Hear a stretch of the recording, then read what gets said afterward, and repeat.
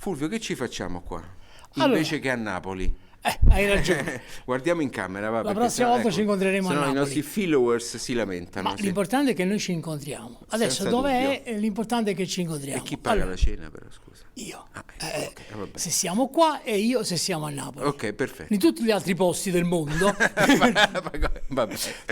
Allora, presento in anteprima due prodotti, e precisamente un preamplificatore fono sì, che Giulio inquadra. valvolare con una particolare alimentazione totalmente virtual battery.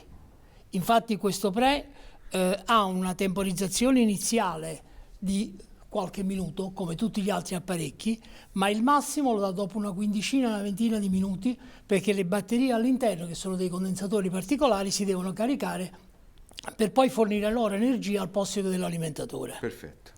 Per quanto poi l'altro componente particolare è invece il finale.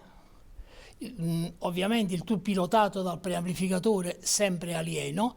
Il finale è in puro stile alieno, cioè delle valvole finali a riscaldamento diretto che consentono con particolari artifici di ottenere una potenza in uscita piuttosto elevata nonostante non vi sia il trasformatore di uscita.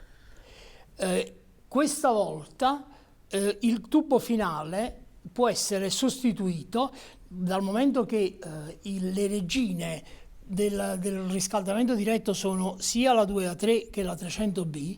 Ho pensato di poter fare una circuitazione che potesse accettarle dopo opportune commutazioni entrambe, perché hanno due modi di esprimersi particolarmente diversi e che possono in alcuni casi essere preferiti l'uno all'altro. Detto questo, la commutazione, questa è la particolarità di questo apparecchio, la commutazione avviene in maniera del tutto automatica, nel senso che si inseriscono le valvole prescelte, l'apparecchio riconosce in automatico se la valvola inserita è la 2A3 piuttosto che la 300B, lo comunica con un display che si accende davanti dove viene scritto 2A3 e 300B e commuta sia le tensioni di filamento che le anodiche in modo tale che la valvola lavori al meglio, sempre con gli automatismi che l'alieno prevede. E questa è una funzione assolutamente unica che solo questo prodotto fa. Allora, probabilmente è così, io non l'ho copiato da nessuna parte, però Su questo non avevo dubbi. Però non posso giurarci che sia unica, è abbastanza indubbiamente molto originale. Siamo sicuri che funziona? Vogliamo fare la prova? Certamente faremo la prova tra un attimo, volevo giusto dire una cosa. Sì? I display sono due, anche perché un canale potrebbe lavorare tranquillamente con la 300B e l'altra con la 2A3, dal momento che le alimentazioni, essendo un perfetto dual mono, sono totalmente separate. Certo, e questo perché? Questo perché potrebbe essere utilizzato questo apparecchio su di un solo canale e per esempio la via bassa essere amplificata da uno dei due amplificatori interni, equipaggiandola ad esempio con la 300B che è più adatta a questa funzione, mentre invece la 2A3 potrebbe equipaggiare la via alta. Perfetto, molto interessante, veramente interessante. Allora adesso le valvole le sostituiamo entrambe e così vedrete che la scritta esce 300, indicando ovviamente 300B.